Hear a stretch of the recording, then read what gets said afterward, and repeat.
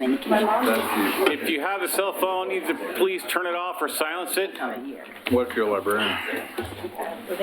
You want to just give me some? I will call to order the regular city commission meeting for Wednesday, October 2019. It is now 7:15 or so.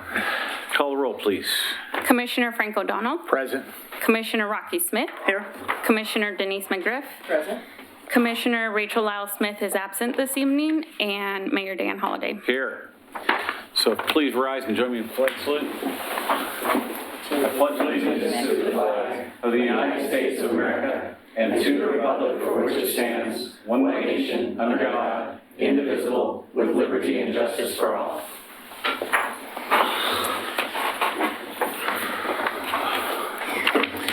So I've got a couple of proclamations, and then we have one presentation. I'm only going to read the first one because it's kind of a tradition. The second one is the proclamation declaring November 1st, 2019 as Extra Mile Day, and if you want to see what that proclamation is, you can go to the city's website and find it. The first one is the proclamation for the Oregon City-Westland Rivalry Day. It says, whereas the cities of Oregon City and Westland wish to recognize the efforts of their citizens to create and maintain a positive family environment where children can learn the value of constructive competition, and whereas the cities of Oregon City and Westland value tradition and history as essential parts of their communities, and whereas Oregon City High School and Westland High School, formerly known as Union High School, have competed valiantly in the sport of football continuously since 1921. And whereas on November 1st, 2019, the teams representing these schools will renew their annual rivalry for the 99th time. And whereas this is the longest continuously played rivalry west of the Mississippi, and therefore worthy of recognition. And whereas the City Commission of Oregon City desires that the Pioneers again defeat the Lions, and the City Council of Westland desires that the Lions again defeat the Pioneers, now, therefore, we, the City Commission of Oregon City, and the City Council of Westland, hereby recognize and commend all citizens who have participated in this annual Gridiron Classic and support the efforts of the current teams by proclaiming November 1st, 2019 to be Oregon City-Westland Rivalry Day. We further recommend, in the spirit of the day, that all citizens wear clothing of the appropriate colors and refrain from crossing the river unless business requires until game time. Whoa, that's a pretty heavy-duty man. There we go. And, Mr. Mayor, I would like to say for the record that for Westland people, you know you used to be called West Oregon City. That's right. That is right. That's right. Okay, so next up is We were never called Westland. No. 19569 Water Environment Services West Annual Report Presentation by Chris Story. Mr. Story.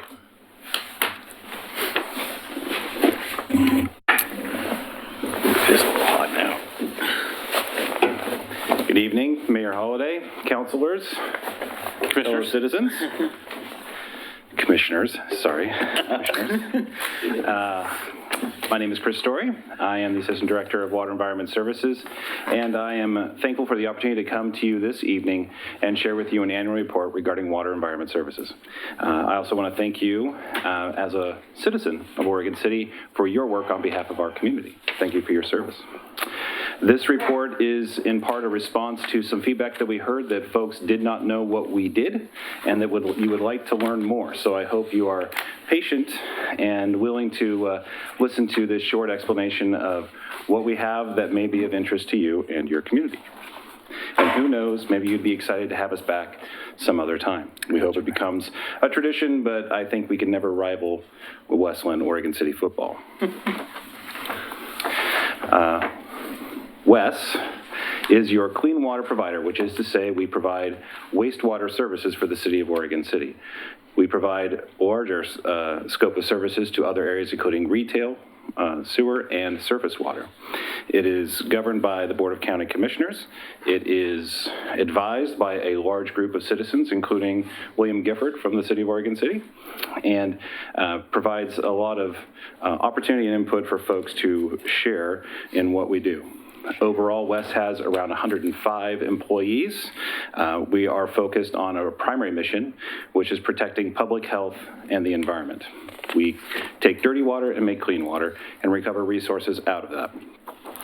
We have a wide range of jobs that people perform, from operators at the treatment plant to engineers, lab technicians, accountants, surface water experts, and a few other people that make amazing contributions. By the way, if you have any questions as we go along, triggered by a slide, please feel free to just jump in and ask the question, and we have also reserved some time towards the end for you to just ask any general questions that you might have. Our job is not only to protect public health and the environment, although I will know that that is our key mission. We've listed those priorities in order in the sense that you can't do education if you're not actually keeping the water clean. So that's our primary purpose.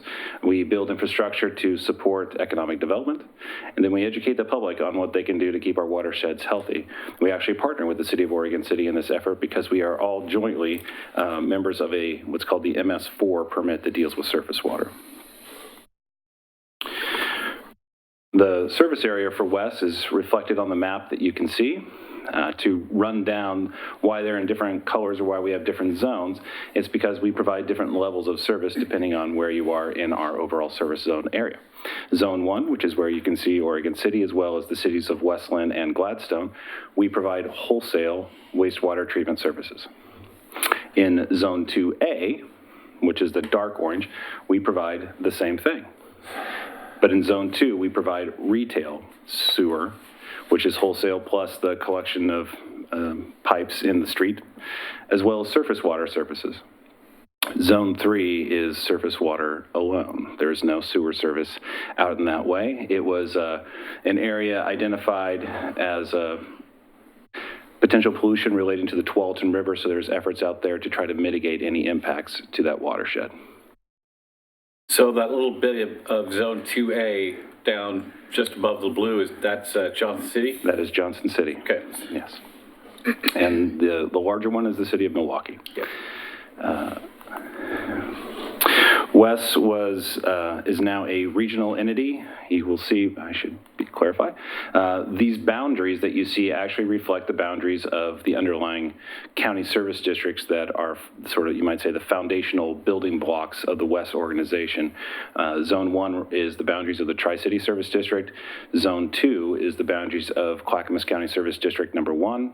And Zone 3 is the boundaries of the Surface Water Management Agency of Clackamas County. Those entities were regionalized into one new legal entity called Water Environment Services. That was terribly unclever of us because the county department that managed the system before that was called Water Environment Services. So we already had the name, we already had the logo printed up, so we just sort of ran with it for a little while. The benefits of regionalization, which we are already starting to see, you can read on the slide. I'm not a big fan of reading slides, but I will emphasize the predictability in rates and long-range capital planning.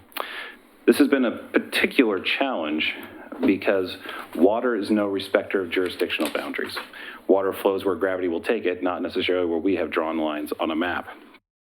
And our infrastructure, when constructed, lasts between 50 and 100 years.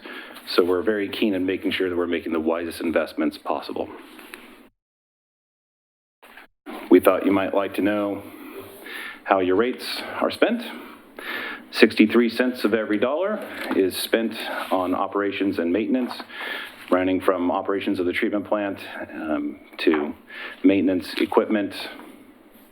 18 cents is set aside for capital improvements, and 19 cents is payment on existing debt. That total comes to $23.75 that shows up for citizens of Oregon City on their bill that is actually issued by the City of Oregon City, so that people only get one bill, not two.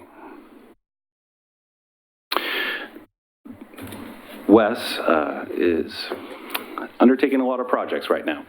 There's been quite a bit of need, and as you know, our region has experienced some significant challenges, including growth and aging infrastructure, and we have a lot of projects going on. I won't go through all of them. We have a 5-year capital improvement plan that calls for spending $230 million, but I will try to highlight a couple projects that will be of interest, I hope, to you.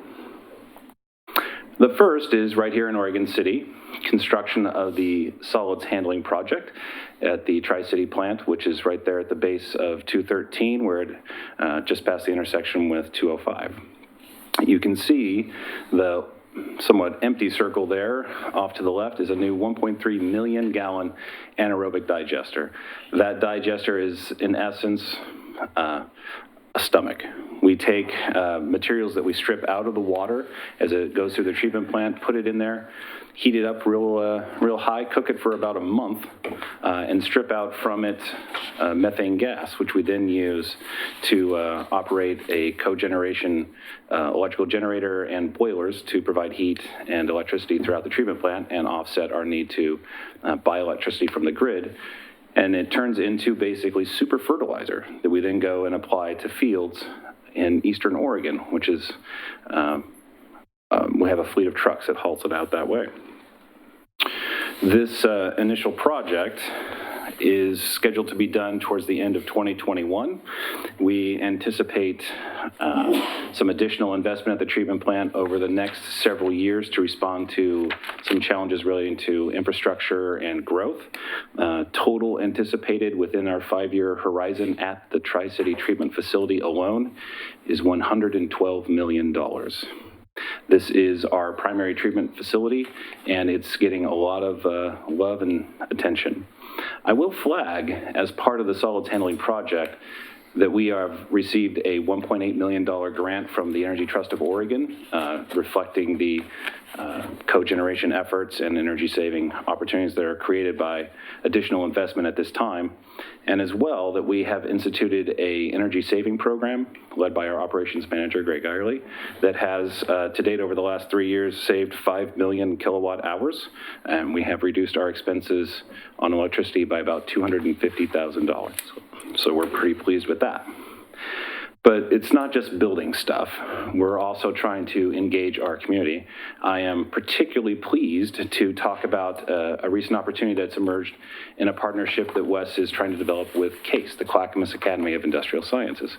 Their students are always keen to get out in the field and use project-based learning to try and explore the world around them. So we've contacted their board, which is primarily businesses in the community, and we will be bringing their students on site and actually developing some projects that they can contribute with. So we're really excited about the opportunity of using a project here in our community to partner with the students here. In addition to the construction at the treatment plant, you are probably familiar with the Good Neighbor Fund project. I believe you recently adopted that IGA. We are looking at projects in the jurisdictions of Oregon City and Gladstone, I'll show you the map in a second, that can improve or you might say mitigate, the impact of the treatment plant and improve the areas around it. They're narrowly targeted to particular sort of broad categories of investment, but those investments are decided by you. The way the agreement is structured, and this was in essence the brainchild of City Administrator Conkle, I will note, the City Council is the one that identifies those projects. Wes contributes around $200,000 a year to the City of Oregon City, and they will then be expended on the projects that you identify over time. You might also be interested in the 82nd Drive Bridge. This is at the connection between Oregon City and Gladstone at the end of right by the treatment plant. It was purchased by Wes for, I believe, $1. So you can imagine what that meant, the proverbial buy a bridge for $1 deal. It burned down partially twice. We've had to repair it a couple different times, and we first put a 10-inch pipe on it, and then later a 20-inch pipe, and now we are rehabbing it so it can handle a additional 30-inch pipe. So it will be bringing significant amounts of water down the way. This bridge is being enhanced to the point where it is resilient against a 9.0 earthquake. We not only don't want sewage falling into the river, which is, we think, a bad outcome that we can all agree to, but it also becomes suitable for emergency vehicles to use. It actually is more seismically stable once this project is done than either the 205 or 99E bridge. And so we have designed it in part to make sure that we can be good partners with the community in dealing with any major event that may come our way. But that is not the only place that we are making investments. We're also investing at the Kellogg plant, which is on the waterfront in Milwaukee. You might see it if you ever drive north on 99E. That plant was initially scheduled for decommissioning in the early 2000s. Based on an agreement made at the time, that decision was reversed, and then everyone didn't know what was going to happen with it, so it sat there and didn't get much investment for probably about 20 years. Now that you might say the questions have been answered, and we have that sort of long-term stability that we need for our capital planning horizon, we're trying to catch up, and we're investing significant dollars at the Kellogg treatment plant. There is currently a $23 million rehab project underway. It's 11 different separate rehab projects being conducted near simultaneously. It'll be finished next year.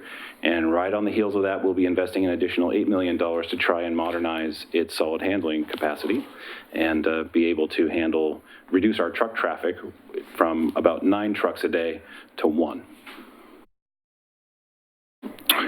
In addition to wastewater, we actually do surface water. Now, you may be thinking to yourself, we do our own surface water, we don't really care.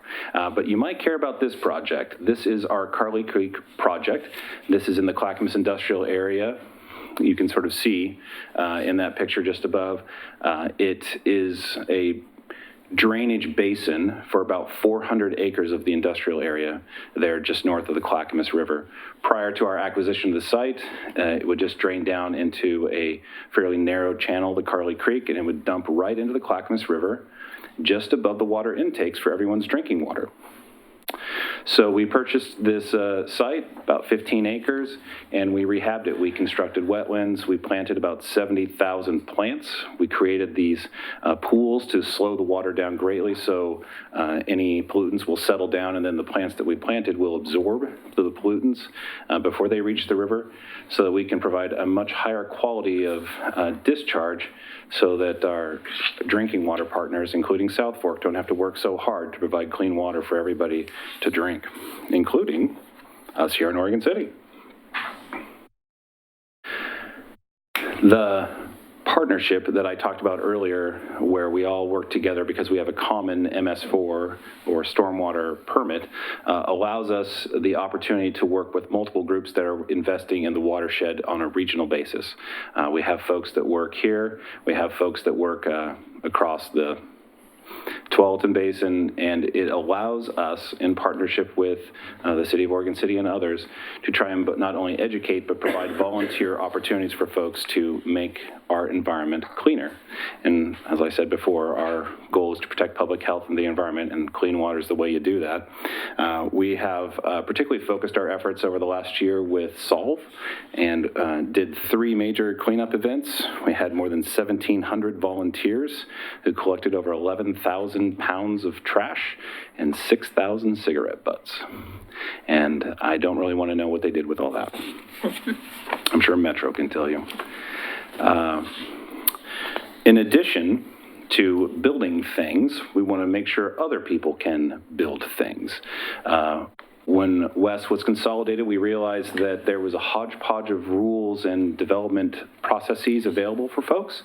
So we initiated a process to update the rules and standards that we use for people that are developing, particularly trying to create a more flexible approach that allowed people to, A, never be told no, but B, be able to utilize some more innovative green infrastructure ideas, impervious pavement, and some surface water designs that might create better penetration. Particularly up here in Oregon City, you see a lot of clay soils, and you just don't get good absorption rates. So we're looking at different options for folks to do that.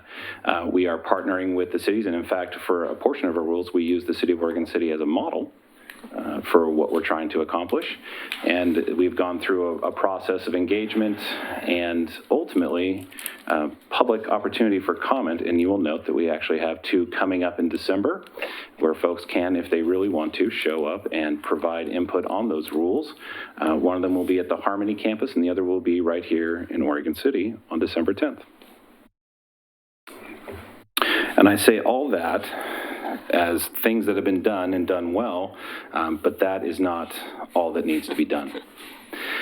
As I'm sure you've heard from your staff, inflow and infiltration is a topic of huge concern in our industry and for your community. We have identified significant challenges all throughout the regional system.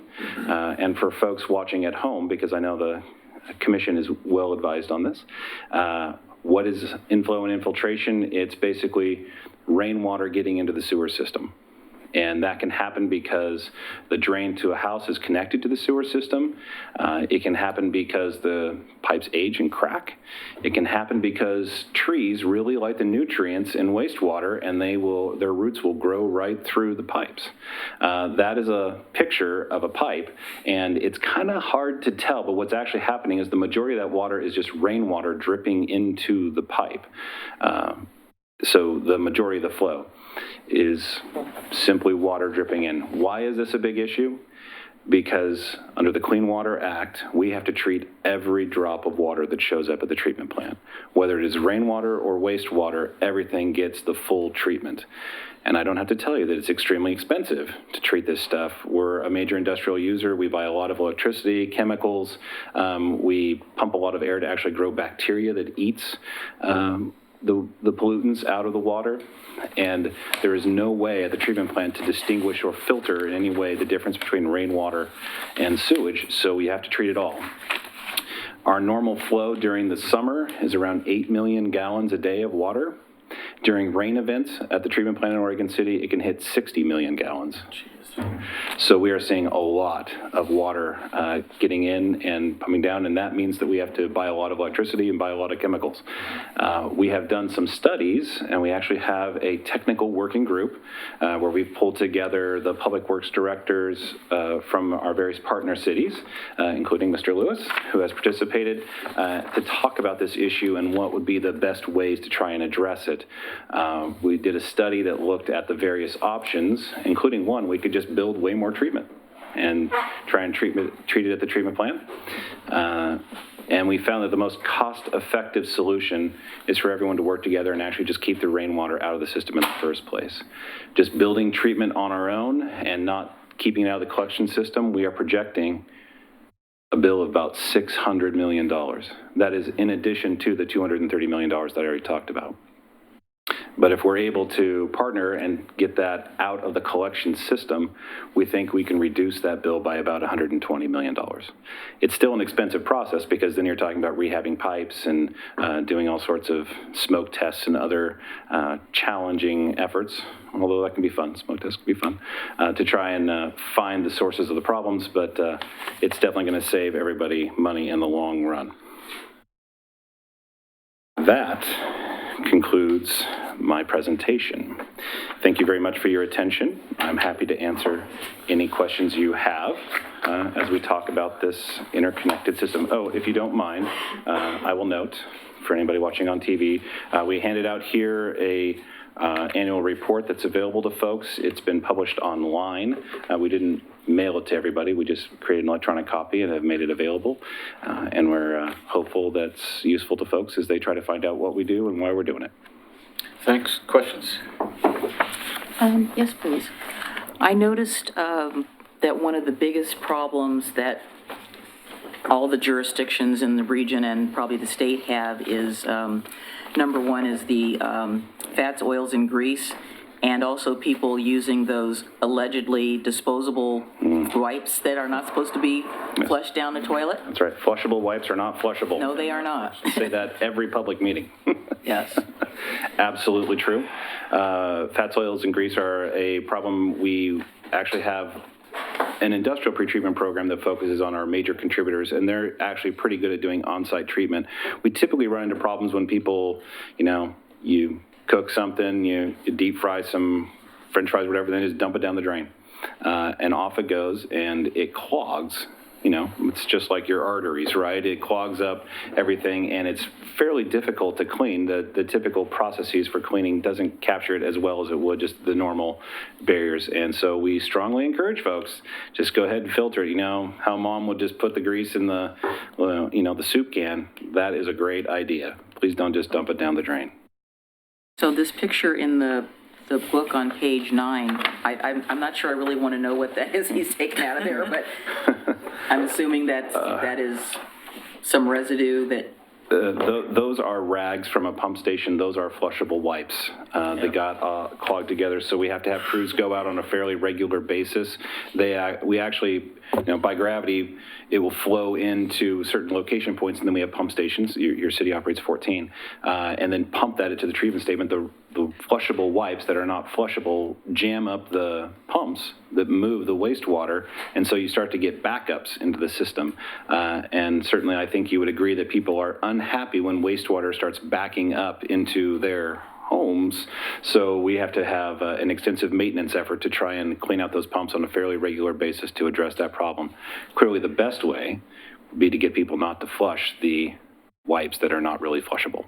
Thank you for that prompting. well, it's one of those issues where we probably need to go to the industry and lobby. Yes. The advertising is a bit deceptive, but not in the way you would typically think of it, right? Anybody else? Thanks for your time, sir. Appreciate it. Thank you.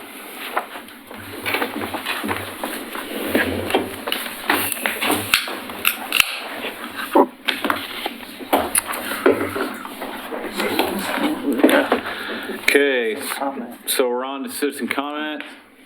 Have two, Christine Kaczynski and Paul Egger.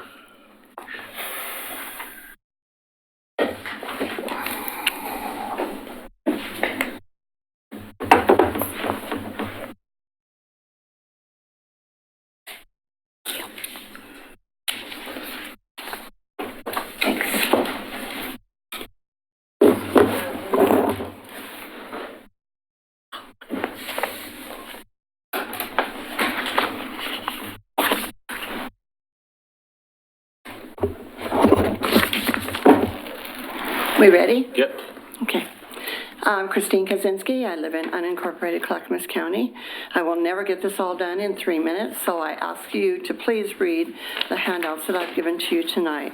I'm here to talk about the work session that was held on October 8th when Tricia Sears from DLCD and Bill Burns from Dogami gave their presentation on a land use guide for Oregon communities.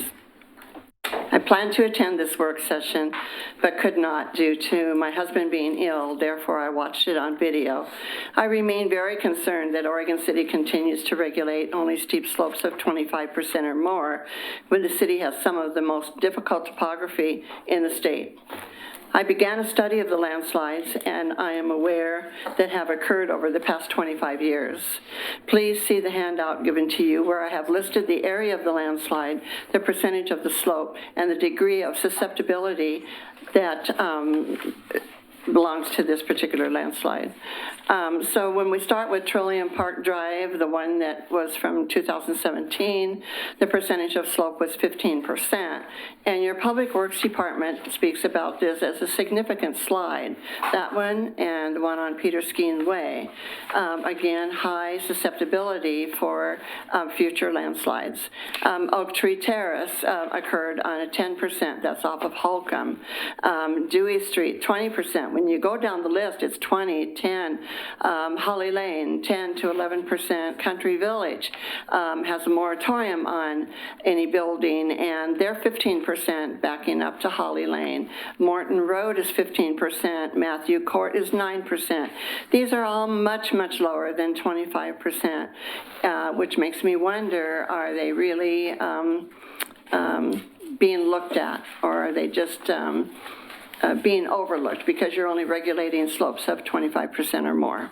And yet these are some of the most damaging landslides that have occurred in the past 25 years. Home values have gone down. The Thayer Road landslides are at 9, 10, and 30% high susceptibility, and the county currently spends about $190,000 a year just to maintain that landslide. Maple Lane Road, which you propose heavy traffic for, 15, 20, 30, and then 50%. The Beaver Creek Road concept plan boundaries I've given you. The Park Place boundaries I've given you also. I've given you a map of Holly Lane as it stands now and how huge and long it's going to be after it's extended. I've also given you a copy of the report from GRI Consultants showing that in 2007, they recommended the city go down to 15% or more, regulating 15% or more slopes. Thank you. Mr. I have asked the city numerous times to change its hazard regulations. One thought that came to my mind is I think FEMA and DLCD might be very interested in Oregon City's plan to put a bazillion cars per day down landslide-ridden Holly Lane. Ms. Kaczynski, where the- you're out of time. Thank you. Please read it, thank you. Mr. Eckert. Thank you. Paul Edgar, Oregon City, and a Kenema resident. We had a little presentation earlier today on Kenema talking about this. We've been doing some research, and I will have a document for you guys shortly. I'm wanting to get it edited by somebody besides myself. But Kenema had properties. I have a document showing Kenema selling property before Kenema was platted. So lots were sold, and Kenema was a township, wasn't part of Oregon City. It was a separate city unto itself until it was annexed. So what we'd like to propose with you is that when you start doing some of this, let us be part of that group. Let us be part of going through it. We know Kenema better than most all of these people. It's where we live, walk, and have worked for years and years. I was the land use chair of the neighborhood. But I've seen and I've gone through these things, and so it's kind of like my hope is that somewhere along the line, you guys include Kenema and its residents into evaluating and making recommendations as to what should be done, because some things make sense, some things won't make sense. Thank you. Thank you. Anybody else? All right, we'll move on. Everybody okay with the agenda? Yep. Okay. So next we have public hearings, 6A, 19-577, first reading of ordinance number 19-1016, amending the Oregon City Municipal Code, Chapter 12.32, Heritage Trees. Ms. Turway. Thank you very much. The city has adopted a heritage tree program, and it's a voluntary program for the protection and appreciation of trees that have significance to Oregon City. The Natural Resources Committee came up with some amendments to our existing heritage tree code. That went before the Planning Commission before coming back to you guys on September 18th. At the hearing on September 18th, the City Commission identified a series of changes. Those changes have been made in the code. Also, we went to the Natural Resources Committee and demonstrated the changes to them, and they are wholly supportive of all the changes or recommendations that the City Commission made. So we're back before you asking for first reading of the Heritage Tree Code changes. I'm here to answer any questions that you have. Question? Yes, please. Laura, I just had a question, and I think I may have asked this last time. So on the first page in section 12.32.010, under B, can you remind me again why the coastal redwood and the giant sequoia got crossed out? Now, I know they are not trees that are native to our particular area, but I do know of some that are existing in the community. I recall that Pete had a really good answer for you. I know he did, and I can't. I do not know. I do know that the Okay, well, species. looks like somebody does, so when they come up, we can ask. When you, I'm not coming down, but they're. wait, can't Can't talk have a from there. conversation without a microphone. Yeah, so maybe if one of the people who was working on this knows, because I can't remember what it was. Yeah, it was, the species were reviewed by our Natural Resource Committee members, and one of past Natural Resource Committee member may be here and be able to tell you, but. So, before that person gets to say anything, so how would a tree of that species be,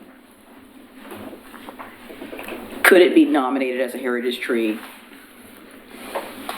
if it's, meets these other qualifications? Does that matter? There is a list of qualifications for heritage trees, but in general, heritage trees are trees that are associated with some event or person in Oregon City, so that doesn't talk about species, or a tree that has significant and distinguishable presence, so maybe there's a certain tree that means something to a lot of people in Oregon City. And then also there's the age, species, size and category as well. So any tree could fit under, a couple So it's different not, categories. it's but crossed out here, but it is not expressly saying that that type of a tree could be excluded. we don't allow nuisance trees, and I don't think those are nuisance trees, but I do not recall No, I why don't they were think we'll crossed be off. designating any trees of heaven right now because they are considered to be a nuisance tree. Okay, on that. Is there a motion?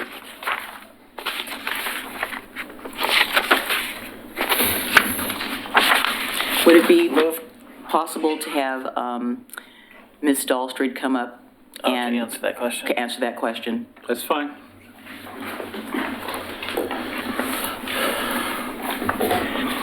Dorothy Dahlstrid, Oregon City, resident. You can put it under the mixed conifer. Mixed conifer? Okay. Perfect, thank you so much. Move to approve 19-577, first reading of ordinance number 19-1016. Second. Moved and seconded, Ms. Richter? Ordinance number 19-1016, an ordinance of the City of Oregon City amending the Oregon City Municipal Code, Chapter 12.32, Heritage Trees. Call roll. Commissioner Denise McGriff. Aye. Commissioner Rocky Smith. Aye. Commissioner Frank O'Donnell. Aye. And Mayor Dan Holliday. All right. Moving on, PC 19-111, Development Code Amendments, including equitable housing, general amendments for clarification, correction, errors, or improvements. Ms. Turway? I gotta come up with shorter titles for you. Thank you very much. As you know, we approved a batch of code amendments that were effective August 2nd. This is a follow-up from that project, a couple things that we wanted to research a little bit further, and then also a couple of corrections or improvements to our code are added in this second round of that code amendments as well. These code amendments went before the Planning Commission and then came to you, and then after it came to you at these work sessions, staff couldn't help ourselves and thought of a couple more extra things we wanted to add in. We went back to the Planning Commission with those extra things, and now I'm here to talk to you about it. It's very few short changes. You do have this memo? a red-line copy of the code amendments right before you. They came out right after the commission packet got posted, so they didn't get included with the packet, but I'll tell you about their timeline later. There's more to come to hear on all of these. So these are the changes real quick. First, for 3 and 4 plexes, we added a standard that they have to do a limited amount of street improvements. So 10% of the construction cost has to do some sort of street improvements. We realized there's a hole in our code where they didn't have to do any, and we do have them in some commercial areas where you would want to see some street improvements, but certainly on the residential side of the house as well. Yes? Where, just before we get off that one, where did the 50% of the existing square footage come in? That's a great question. In the existing code, we had a standard that said if you do an addition of 50% or more on a single family or a duplex, that kicks in the requirement to do street improvements, but we wanted to make sure that street improvements were proportional, so we limited them to 10% of the construction costs. So the 50% just means we're putting 3 and 4 plexes in with single family and duplexes as far as the amount of street improvements that they would have to do. So you do a big project, 10% of your project has to go towards installation of sidewalks or some other type of street improvement. So how would that code match up vis-a-vis the 30% requirement that's in the McLaughlin Conservation District? They're totally separate and unrelated. The 30%. Would still apply. If somebody built an addition onto a single family that made it this, the 30% applies. Yeah. Okay. Right. We also added a cross-reference that you should check your zoning dimensional standards under the 3 and 4 plex standards. We didn't change any zoning dimensional standards. We just wanted people to remember to go look there. And we added a requirement that in commercial zoning areas, you can't park in front of your 3 and 4-plex. When we created the 3 and 4-plex standards, we were so heavily thinking about 3 and 4-plexes in residential areas, where normally you'll see driveways in front of a house, so you could park in front of a 3 and 4-plex. But we also allowed them in commercial zones, and in commercial zones, we don't want parking lots in front. We want to have a nice pedestrian-oriented environment. So we made that change, that parking lots have to be next to or behind. We created a cross-reference for the street improvements for single-family attached. They were already required to install street improvements. We just wanted to make it abundantly clear to people under that code. And for cluster housing, we clarified there's some open space requirements. It was ambiguous as if they applied to, when you did the math, did you divide it over the whole development or open space per cluster? And so we clarified for that. And then we also added a separation requirement in cluster housing. You can have groups of parking of 5 stalls. And we wanted to keep, smaller parking lots was the idea, but we never said how. We said they had to be separated, but we never said by how much. So we added that how much in there. Fence, hedges, or walls, we changed. Mayor? Yes. Yep. One question about the 17-20-20, which is the cluster housing. Go ahead. As I recall, when we were working on the concept plans, that we were really looking at a lot of this cluster type housing being applicable there, particularly in South End. And so I just want to make sure that we aren't going to have any conflicts with sort of what I would call the aspirational design standards that were discussed for South End, to make sure that if we want to vary things in those concept areas, that we can do that. And this is not going to preclude that in any way. This will not preclude anything, no. Okay. Fence, hedges, and walls, we changed an and to an or. It was always supposed to be an or, and we wrote and for some reason. So we clarified our code. Marijuana businesses were nearing towards the end of this list. We had a requirement that air filtration and ventilation systems had to be designed by a licensed mechanical engineer. Turns out we weren't allowed to do that because it conflicted with the building code and the building code divisions at the state. We asked for an exception, and we thought maybe they'll grant it because they had for other jurisdictions, and the answer was no. So The we're answer taking was that. no? No. It is no. So they still have to have an air filtration ventilation system, but it does not have to be designed by a licensed mechanical engineer. This is interesting in light of, I just read about a case in the Wall Street Journal where a property owner is suing an adjacent property owner because the odor from the particular business is making their yard and their home uninhabitable. They can't sit out in their yard, and they're suing. Yep. But we're not, No, I'm just saying this is particularly applicable to that. right. Obviously, we didn't get an exemption. We added institutional uses to outdoor lighting requirements. Schools, us as a city, we're institutional. For outdoor lighting, we weren't listed as the uses that required outdoor lighting, but we should, and we kind of always acted that way anyway. Yeah, I remember when we were doing that high school, you guys were, being pretty persnickety over the parking lot lighting Probably. and just didn't have a code to back it up. Well, there's different provisions Yeah. about different things, right? Height requirement, I don't know. I don't know what the code was back then, that was in 1999. Maybe we did, we tweaked with it so much since then that these And kind it of things ended up to happen. do with off-site lighting shining onto adjacent properties. No, it's just the amount of foot candles in a particular space in the parking lot. Yeah. So when I was at the district, we were pushing back saying, we don't want to have the lights on all the time. Like over in West Lynn? Right. So Yeah. anyway, Yeah. Sorry, that was not supposed to be a It may thing have been for West tied with Lynn. the conditional use part of that too. okay, moving on. Okay, so the code amendments were everything you heard since August, plus these couple things tonight, and that's all the amendments. They're all in your packet except for that that sheet that's before you.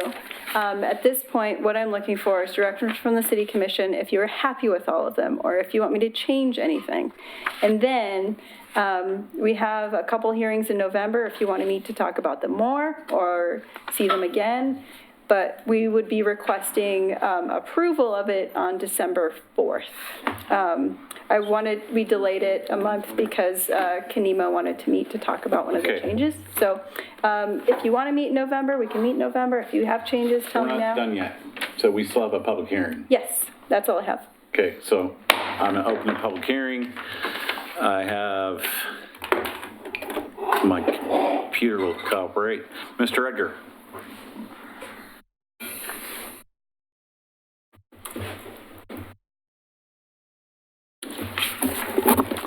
Thank you again. Paul Edgar, Oregon City. I'm on the Clackamas County Veterans Advisory Council, and I've been working on a board of homeless shelters for creating housing and shelters. Recently, I became aware of a housing development, a cluster housing development that's happening in unincorporated Clackamas County, right off of I-205, close to the military base, right on a street that goes straight out there. And it's a cluster housing development, and as I got involved with them and understanding what they're building 24 units of housing on 1 acre. And one of the things that I found out that they're doing is that they're creating much smaller lots, and the Clackamas County gave them permission to have the SDC fees on the initial 2 units, the list price. And then all of the subsequent units that are duplicatable from the first one right down the line. And what they did was they dramatically reduced the cost of creating affordable housing. And in this case, it's for adults with autism, so that they could create a community to support these people. And but when you look at the model of it, one of the things we have to worry about is when the county or the government starts building housing or dictating, it's right now $300,000 per dwelling unit. And at this cost, we can't call it equitable or affordable housing. And we have to come up with some ideas that literally suppress some of these costs and come up with things that what we can do so that we can supply housing that is equitable. And for that reason, I'm coming back and I'm asking you to for a second to stop, look, and listen and try to reevaluate whether what we're putting together actually gives us housing that people can afford, that gives them dignity and the ability to own their own house and live a life and look up instead of looking down. And I would hope that sometime we could do this. I would love to take Laura and her team out to this development where you can see it and understand what's happening. And if any of the city commissioners would like to do this, I know that the developer, a PhD, by the way, and would love to chat about how to create affordable housing. They've done it, and they're creating it at 50% of what we are doing. Thank you. Thank you. Anybody else? I'll close the public hearing. What's your pleasure? Well, I think I'm okay with approval. I know there was something I was going to ask for, so skip me for the moment. You're not asking for anything. I don't have Yeah, the only issues. request would be a continuance, or tell me if there's any amendments you want me to fix. It wasn't on that. No, I'm good with us moving forward. What is the review that the Kenema neighborhood wants to do? They want to talk about the Willamette River Greenway more. Oh, okay. Would you be so kind as to let us know what the results of that are after Yes, that happens? I'm going to their or someone from our staff is going to their neighborhood association meeting, which is in the end of November, which is why we kicked the first reading till December 4th, till it was after.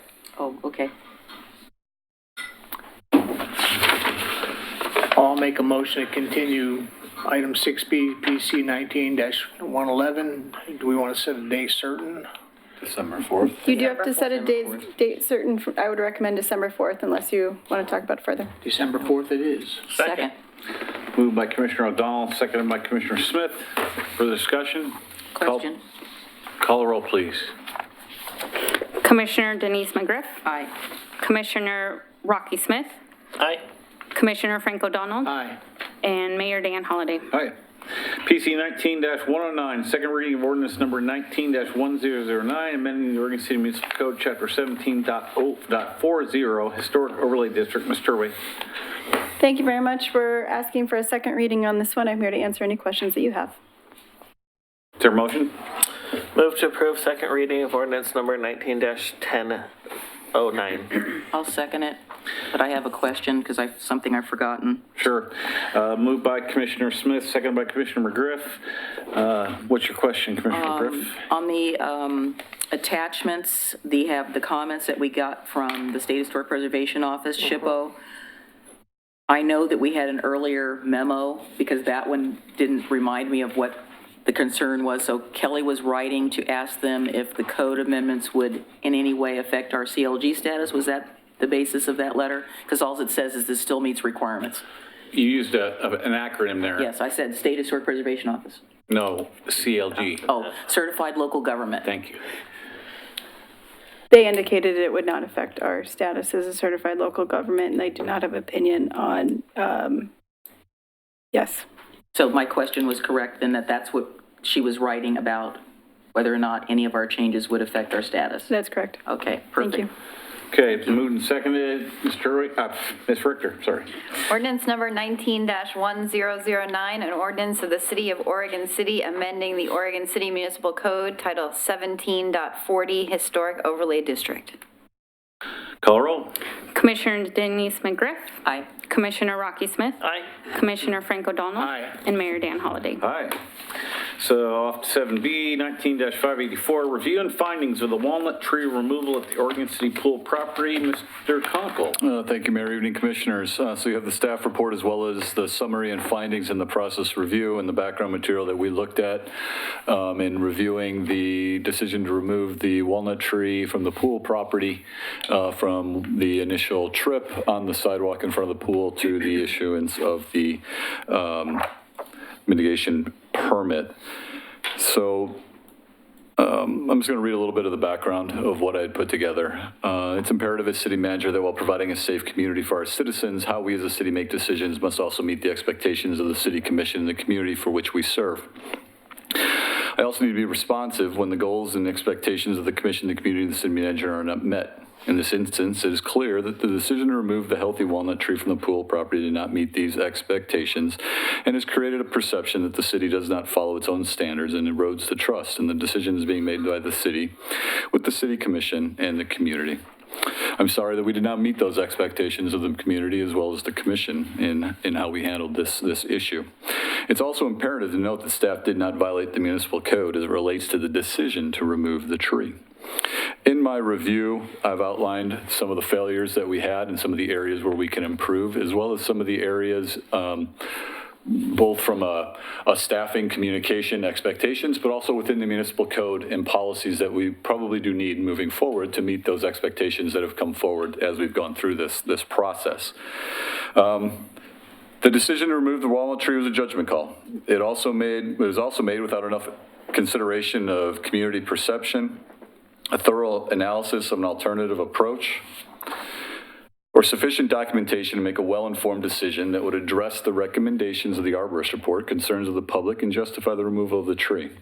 Staff failed to comprehend the impact that the removal of the walnut tree would have on the community and did not meet the expectations of the commission or the manager.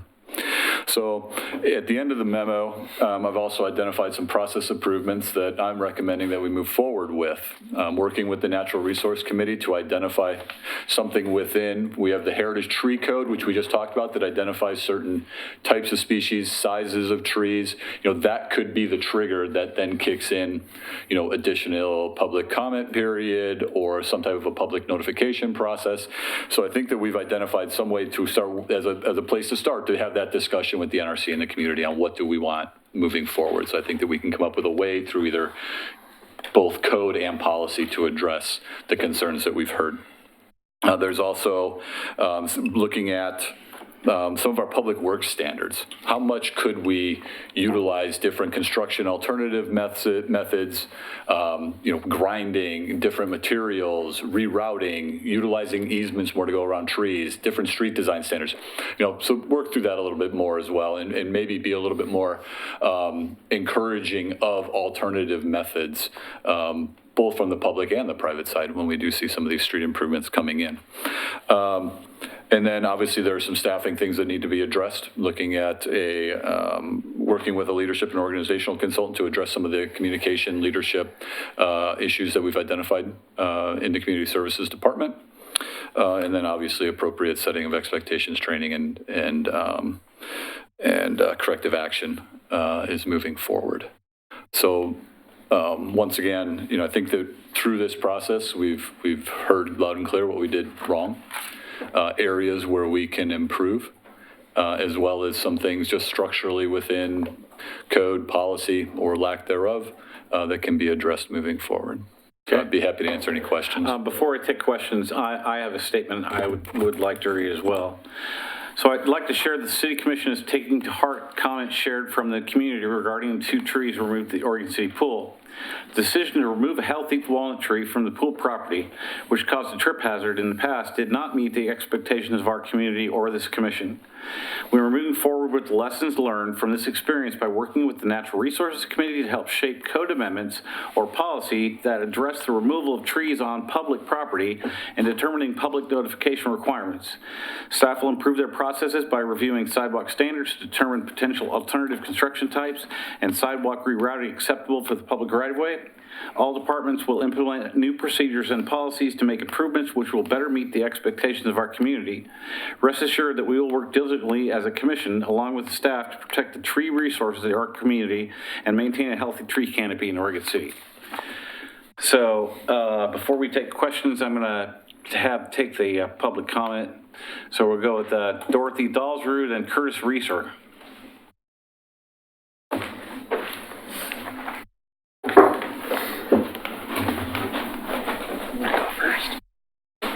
Go first, won't me? I'll go first. Okay. My name is Kurt Reeser, and I'm a resident right near those trees. So I appreciate actually this report, and I appreciate the response of all the leadership of the city, and that has been one of the bright spots of this. And I think my neighbors also feel that way. We would like to point one thing out is that still those sidewalks are still lifted, and that tripping, I believe, occurred back in June. And it seems odd that even in this, the city manager's report, it states that the staff was trying to respond quickly to a tripping hazard, but many months later, the actual hazard is still there, and it seems strange. You could grind it down or some additional cones or something if the hazard was so strong, which honestly, looking at the hazard, it is pretty minimal compared to many other sidewalks in this very old neighborhood. So that was just one point I wanted to bring up. And I just want to bring up another real quick is that we do, my neighbors and I are a little suspicious, shall I say, of like what the future plans are for the pool property.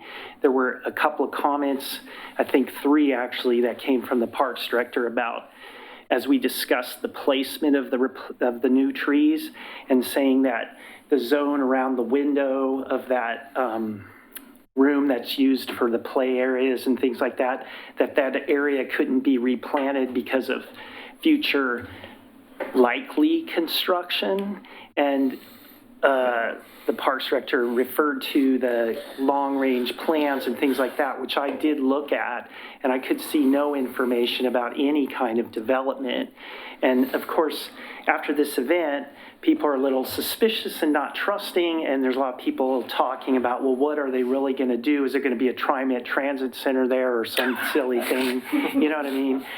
So I would just ask that, and I assume it is in the city's operational plans, that you be very transparent and honest from minute one about any discussions about the future of that land, because I'll just say that me and my neighbors, we would like to see it to stay a green space with trees, as it is now. I mean, we understand that someday the pool will become something else, but we just hope that that area is preserved. And one of the things they could have realized was that there's 9 homes that look frontally at that tree. And that's part of what caused this big reaction, is it was a very visual, in the line of sight of a lot of people's homes. And that's it. Thank you. Thank you. So let me reassure you that We don't whoever have any clue from of the any- Parks Department said anything about future construction, there's nothing on my radar screen. Tony, is there something?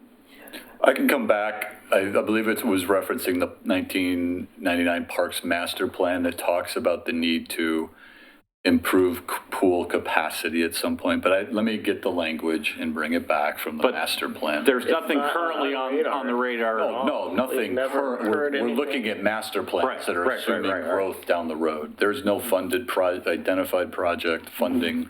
So I'd say that land is Right. safe for at least the next 25 years. Yeah. There was just a discussion of saving that piece of real estate and leaving it open. Okay, Ms. Dahlgren. My name is Dorothy Dalser. I live in Oregon City. Probably know this by heart at this point.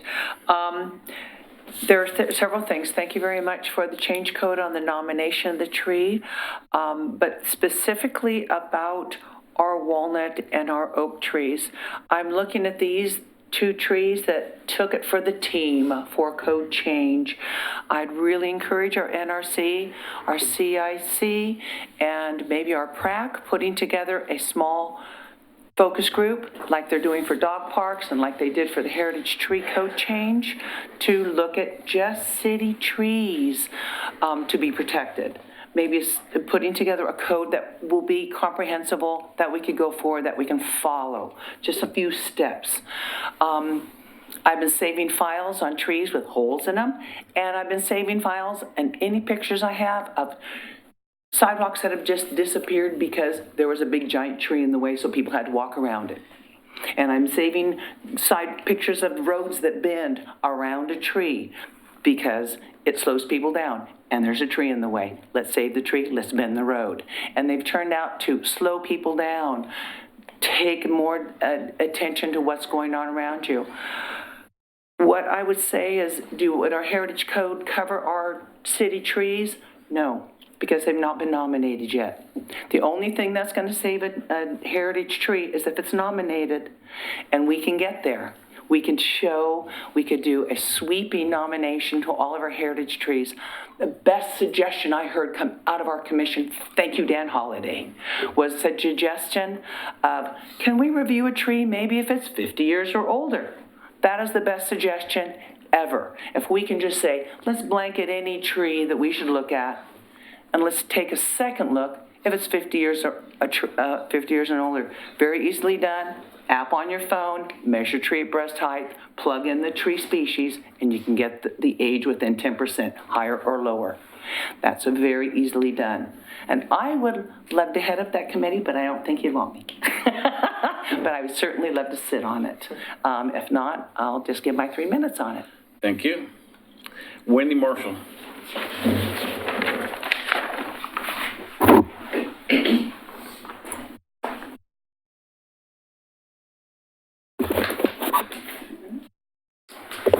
Good evening, Wendy Marshall, 115 Madison Street, but I'm speaking on behalf of McLaughlin Neighborhood Association. I want to just not rehash everything, but I do concur with everybody's disappointment and what happened, but I also appreciate staff and commission's openness to change it in the future. What I do want to address, so the trees are gone, and I think the oak was hazardous and diseased, but as far as the walnut, I just want to talk about the mitigation numbers. I feel like a mitigation number of 4 is the lowest possible number you could get from interpreting the code. So we have 2 different code sections that apply. We have 17.41 and 12.08. 17.41.030 clearly states where the standards conflict with adopted city development codes or policies, a provision which provides a greater protection for regulated trees or groves shall govern. In table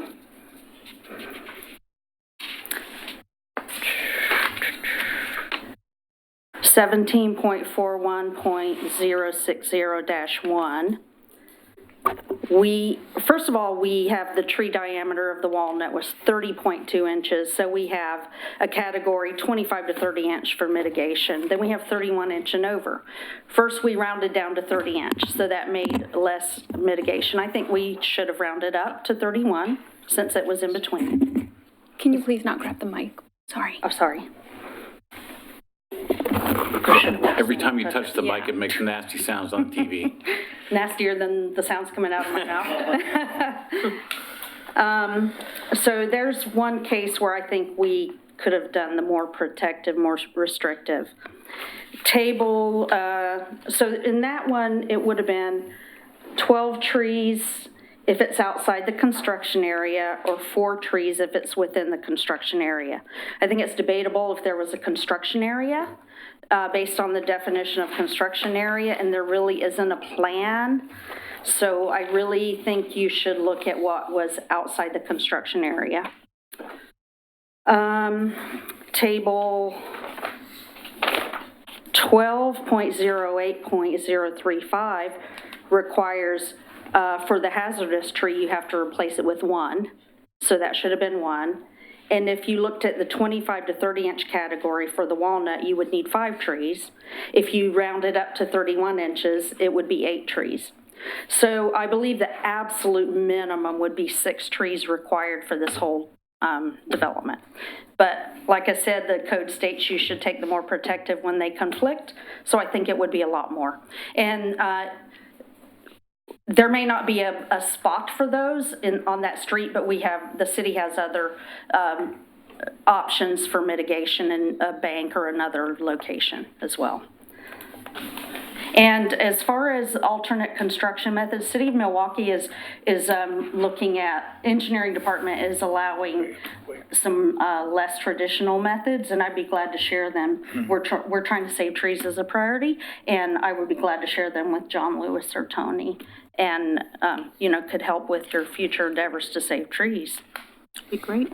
Also on the plan, it talked about tree wells, and has a plan been submitted? The mitigation plan? Because tree wells generally mean you have curb type sidewalk or furniture zone and a sidewalk next to it. So no. I was kind of curious how you would get a tree well without doing the paved furniture zone. And I don't know if anyone here knows the details on the plan. I don't think we've gotten that far yet. Okay, and that will be made available? Sure. Okay. Is that been submitted? I think that's all I had. All right. I just do want to say that I talked with Mr. Conkle about this in the midst of all this, and we are sending to the Natural Resources Committee a task to look at this code, both those sections of code, and to then come forward with a code amendments that apply to public lands. So that would include Oregon City, Metro, Clackamas County, the community college, the state, anybody who has trees inside the city limits, that would apply to them, and specifically does not apply to private property. So I expect to see those things coming back in the next few months. If you watch the NRC's agenda, you can go and when they're talking about it, go and testify there. Okay, I still feel that the current code applies with the higher mitigation. Sure, no. So if staff could look at that again, that'd be great. Thank you. Commissioner McGriff, do you have something? Yes, please. Just wanted to ask a question regarding the tree removal itself. I talked with Tony earlier this week, and I don't know if any of us, but I want to ask fellow commissioners if we have any stomach for creating a policy about what happens to the tree is on public property, it happens to be our property, and what happens to the wood, because I still think we could have had an opportunity to take the trees and had something wonderful made out of them. I guarantee you're going to get 5 head nods on that, so. So I think that would be, if we can no make question that about it. an agreement by all of us, that we want to see that happen in the future. Agreed. So that we can the trees belong to the community, and if it has to be removed, the material from it could be something given back to the community, like a sculpture, gavels, tables, whatever, and we can work out later what a process would be. I don't think we want to have anything to do involving money, but, And you gotta stop selling. yeah. So, anyway, thank you all for that. All right. So do we have Has to speak, by the way. who? Frank. Oh, Commissioner O'Donnell, I'm sorry, I didn't see it. Well, first, I'll just say, everybody agrees with Commissioner McGriff, so we don't have to sell it any further. I don't care if it turns into firewood or it turns into something we do architecturally, either way, especially if it's high value. And secondly, Mr. Reeser, this is near and dear to my heart, and I'm with you. You must have overheard a conversation between Mr. Conkle and myself. It's like, if this sidewalk was so urgent, this needs to be fast-tracked towards getting a repair. So, you know, the tree is gone, that's done, but let's get that sidewalk fixed as fast as we can. And then I thought we had some discussion about, rather than planting groups of trees, did we ever talk about a larger tree? We did talk about a larger tree. Yeah, and I like that idea too. So, good things came about from a very unfortunate situation. Well, let's be clear, the larger tree, I mean, when you say larger tree, you're talking what, 15, 20-foot tree? Well, I guess we'll find out. I mean, there's Usually a little wider in diameter. Yeah, larger You gotta go diameter. to I mean, like there's a- 5-inch. Not a 2-inch. What's that company called? Big Trees Now? There's a Big Trees of Oregon. Now, yeah. Big Trees of Oregon is Yeah. a company that specializes in a little bit larger trees. Sure. I mean, we might not necessarily want an orchard. Maybe we want the closest thing we can get to the largest tree we can get. That's just the thought. Okay. Thanks. With that, Mr. Conkle, I don't think unless Commissioner Smith, do you have something on I've this? said enough on this topic. I just wanted to say that I appreciate the effort that our city manager put into this. I appreciate the diligence. I also want to say for the public that I appreciate the apology. I don't know about the rest of you, but my phone was blowing up about this, and we're not going to be in this position again, and so that is very appreciative. Thank you.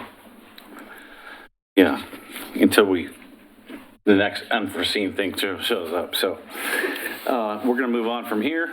Does anybody want to pull anything from the consent agenda? I'll just make a comment on things in general about that. We have something that's funded two ways, by our own funding and by grants. I'd kind of like to see a breakdown in the consent, in the report that says if we spent X amount, 300,000, this amount was funded by the city and this amount was by virtue of a grant. It would be helpful to me. Which one are we talking about? I'd have to go back and find it, but it's in Do we there. have it's a monetary one? It's not broken down. It just says the total amount was funded by these two sources. All right. Oh, like Larry. So is there a motion for the consent agenda? Mr. Mayor? Yes. I just wanted to say, I don't want to pull it, but I just wanted to say with regard to item 8F, I want to say thank you to the staff and all of our staff, particularly our Human Resources Director, for getting that completed. I think the employees that have spoken to me unsolicited have been very pleased with that, and I think it's really important that we show our support for our staff. And I also want to thank them for the nice T-shirt that I got. So thank you, staff. Okay. And I would be ready to make a motion to approve the consent agenda. Second. Moved and seconded. Call the roll, please. Commissioner Denise McGriff, Aye. Commissioner Rocky Smith, Aye. Commissioner Frank O'Donnell, Aye. and Mayor Dan Holliday. Hi. Before we go on to Manager Communications, you've all seen the letter we got from the Oregon City Chamber of Commerce. Yes. I would like, Unfortunately, had a chance to read it. I would like to ask that we put this item on work session coming up so that we can have a chance to talk about it, because it was kind of under my radar. So, I was made aware of it about a week ago, but had not seen this letter. Downtown. right. So you guys can read that at your leisure, and we'll move on to communications. Mr. Manager? Thank you. Tonight, 3 updates. First one is from Ms. Turway. Thank you very much. After concerns about how people get in and around downtown, especially with the legacy site developing, as you recall, the city created and adopted a transportation demand management program, and we have a TDM working group to implement that program.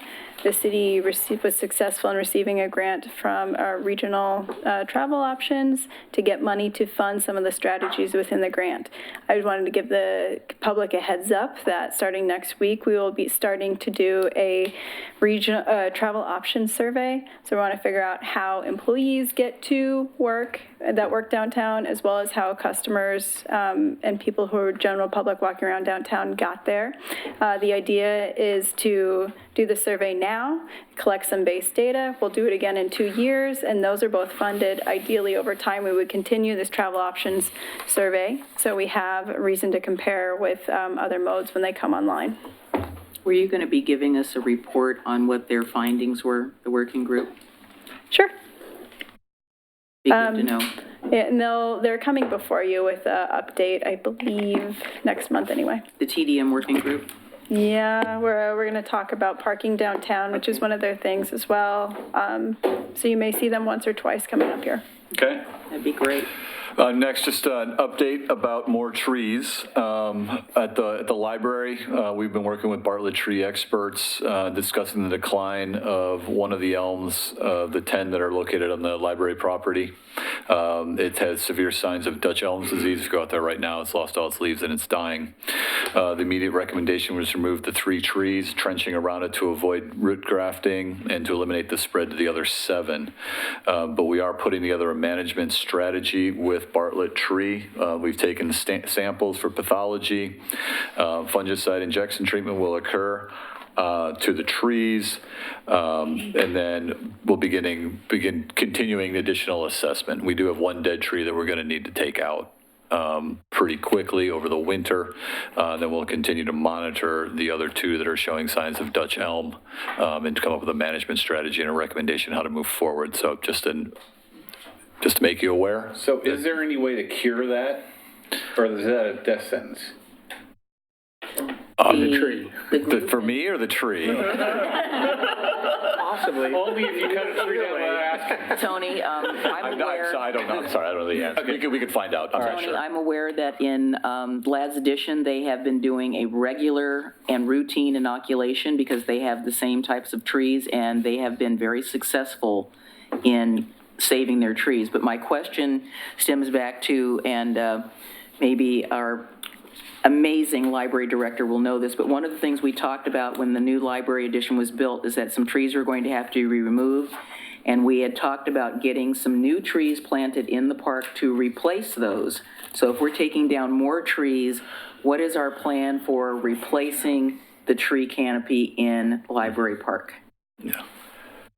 Because we need to be doing that. I can bring that back to you. I remember discussions with Scott Archer early on, as well as Phil, with some of the plantings that had happened. Yeah, maybe we need to get some school children to start collecting pennies to help go to Big Trees of Oregon and get maybe some bigger trees to put in there. So obviously some questions that we can get back to you with some of those details, but just letting you know that making you aware, and we'll be following up.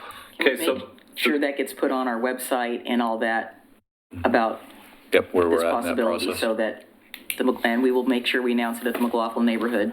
Okay. You heard that?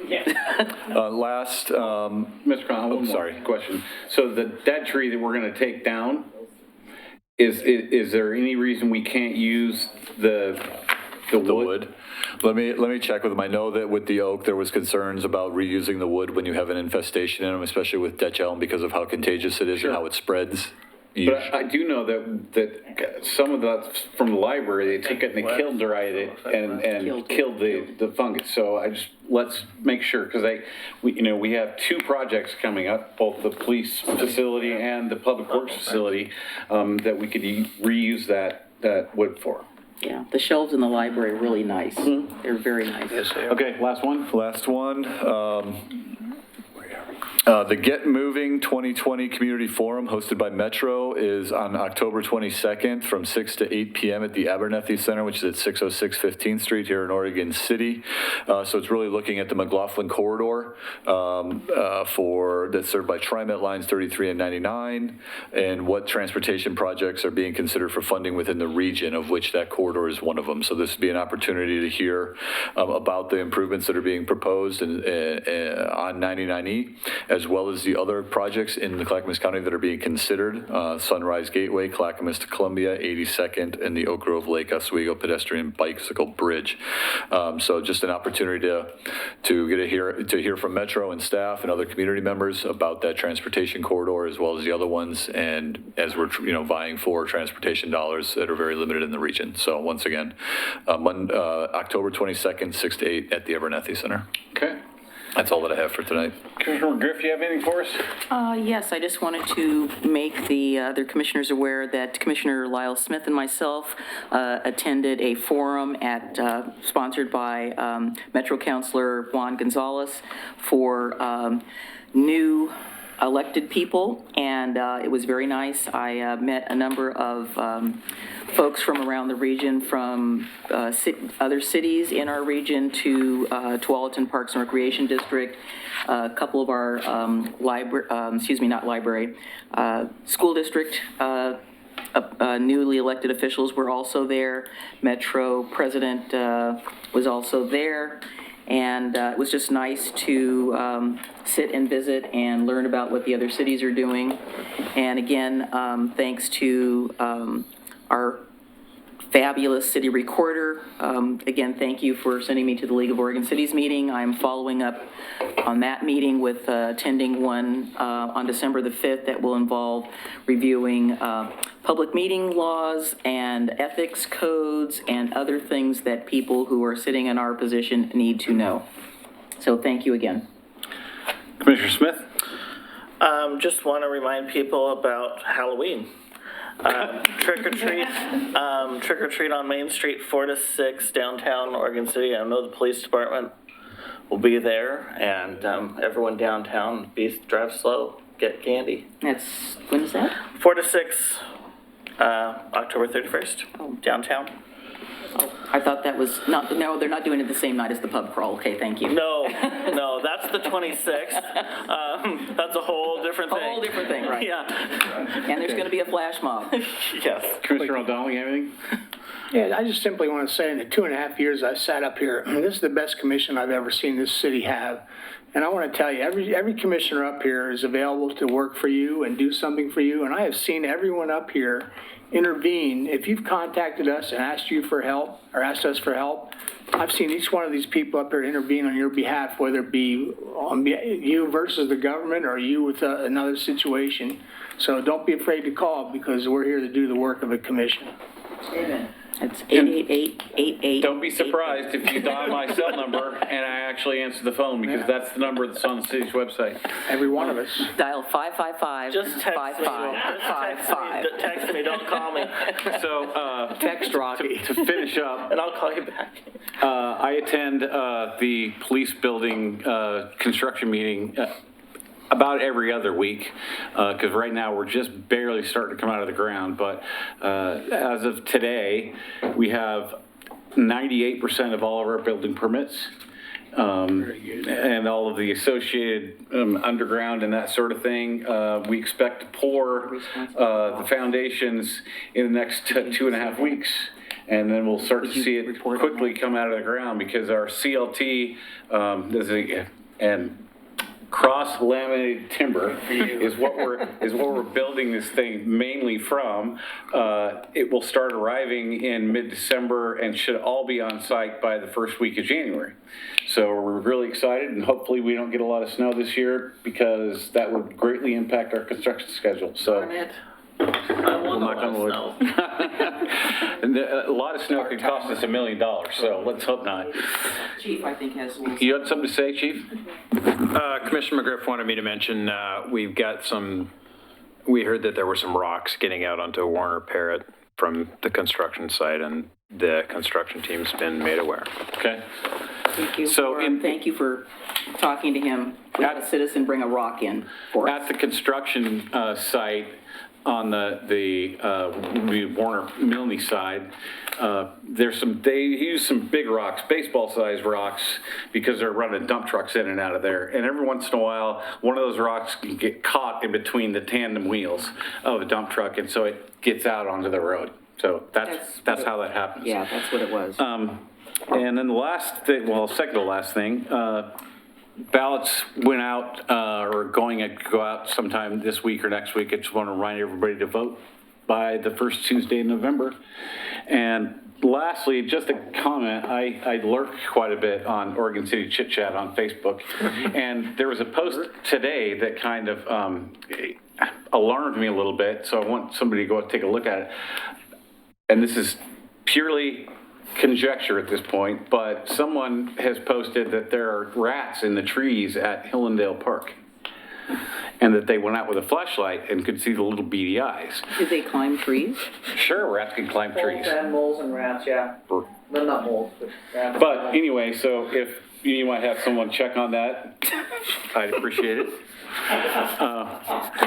And with that, if we have nothing else, we're adjourned.